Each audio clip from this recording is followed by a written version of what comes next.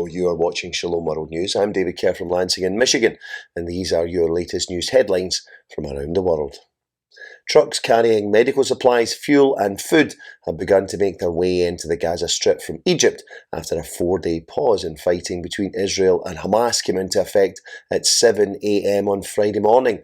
Under the deal, which has been mediated by Qatar, 13 Israeli hostages are due to be released on Friday, with 50 in total being released over the 4 days. In return, Israel will release 150 Palestinian prisoners. The developments have been welcomed by the Latin Patriarch of Jerusalem, who is the most senior Christian cleric in the Holy Land.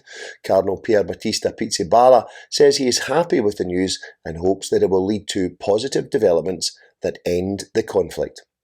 Israel began its military intervention in the Gaza Strip after Hamas militants attacked their country on October the 7th, leaving over 1,200 people dead and about 240 others taken hostage. Meanwhile, the Hamas-run Health Ministry reports that over 14,000 people have now been killed in Gaza, including women and children. Meanwhile, the pontifical charity Aid to the Church in Need is providing a package of aid worth €190,000 to Palestinian Christians suffering in Gaza, East Jerusalem and the West Bank. The charity will provide the Christian communities with food coupons, medical care and financial assistance. The aid is also intended to support Christian migrants and asylum seekers in Israel who have been forced to flee due to the war. 34 people have been arrested following riots in Dublin. Violence flared in the Irish capital on Thursday after 3 children and a teacher were injured in a knife attack in the city centre. Police say that 11 of their vehicles and 13 shops were badly damaged during clashes between rioters and law enforcement. 3 buses and a tram were also destroyed. Meanwhile, several police officers were injured in the riots, including one seriously. The suspected perpetrator of the knife attack is thought to be a man in his 40s. Investigators say they are keeping an open mind as regards any motive, but have ruled out terrorism. The veteran anti-Islam politician Geert WilderS has won a dramatic victory in the Dutch general election. After 25 years in Parliament, Mr WilderS' Freedom Party won 37 seats, well ahead of its nearest rival, a left-wing alliance. He is now pledged to be a Prime Minister for everyone as he attempts to piece together a coalition of parties that can command a majority in the 150-seat Dutch Parliament. Many commentators in the Netherlands suggest that Mr WilderS' victory is based on his campaign to curtail migration and his promise to tackle other problems, including the country's cost of living crisis and housing shortages. China has reported no unusual or novel pathogens in clusters of child pneumonia cases.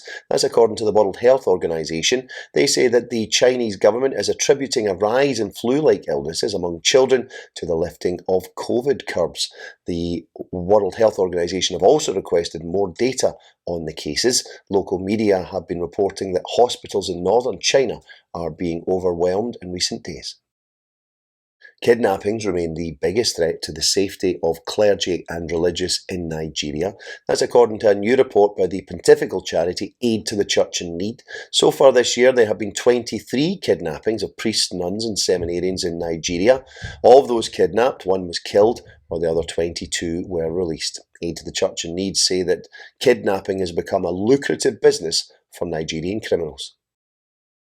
Staying in West Africa and in Burkina Faso, 2 men have been murdered inside a Catholic church by Islamist militants. The victims both acted as scouts who escorted children to school each day in the village of Debe in the northwest of the country. That was despite learning being abolished in the village by Islamist militants. Bishop Prosper Bonaventure Kai of the Diocese of Dedugu, which includes the village of Debe, told the Pontifical Foundation Aid to the Church in Need that one of the men was murdered on the altar of the church and the other was killed in front of a statue of the Blessed Virgin Mary. May they both rest in peace. The European Court of Human Rights says that Romania is violating the rights of homosexuals by refusing to legally recognise same-sex unions. The court ruled by 5 votes to 2 that Romania is in violation of Article 8 of the European Convention on Human Rights, which provides for the right to respect for private and family life. At present, Romania does not legally permit either civil partnerships for homosexuals or so-called same-sex marriage. In response to this week's ruling, the Romanian Orthodox Church said that legal recognition for such unions is, quote, the toxic source, as seen in other societies, of the disillusion of the family's importance and morally formative authority. A human rights group in Pakistan is calling for new legislation to clamp down upon religious persecution in the workplace. Human Rights Focus Pakistan say religious minorities, including Christians, can often face false allegations of blasphemy, sexual harassment and theft from Muslim co-workers who are motivated by religious discrimination or even personal grudges.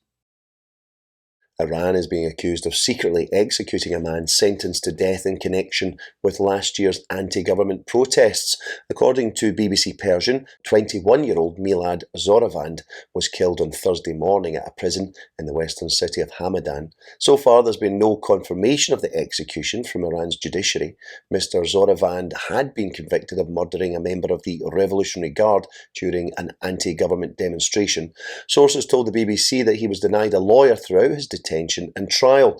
The protests against Iran's clerical leadership erupted in September of last year following the death in custody of a 22-year-old woman who was detained by the country's morality police after being accused of improperly wearing her hijab or Muslim head covering.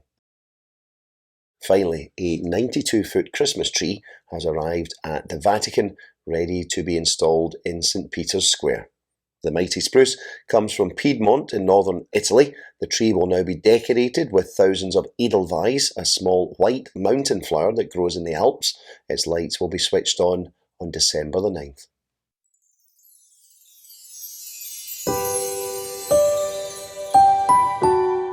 The Vatican's Christmas tree was being raised and decorated by workers in St. Peter's Square on Thursday morning.